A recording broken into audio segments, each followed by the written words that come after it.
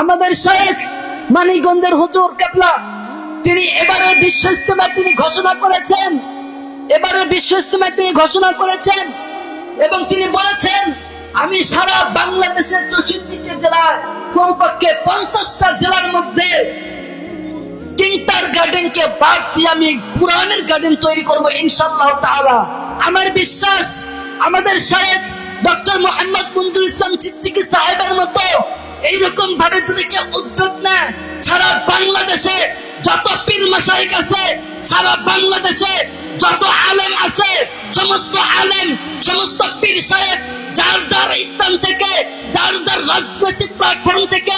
একটা উদ্যোগ নেয়, সারা বাংলাদেশে কমপক্ষে একটা করে জেলার মধ্যে আমরা কোরআনের গার্ডেন নির্মাণ করব, তাহলে আমার বিশ্বাস রব্বে কাবার কসম আমার এই বাংলাদেশ থেকে প্রত্যেকটা মুসলমান ঘরের সন্তান এই নাস্তিক হায়দার,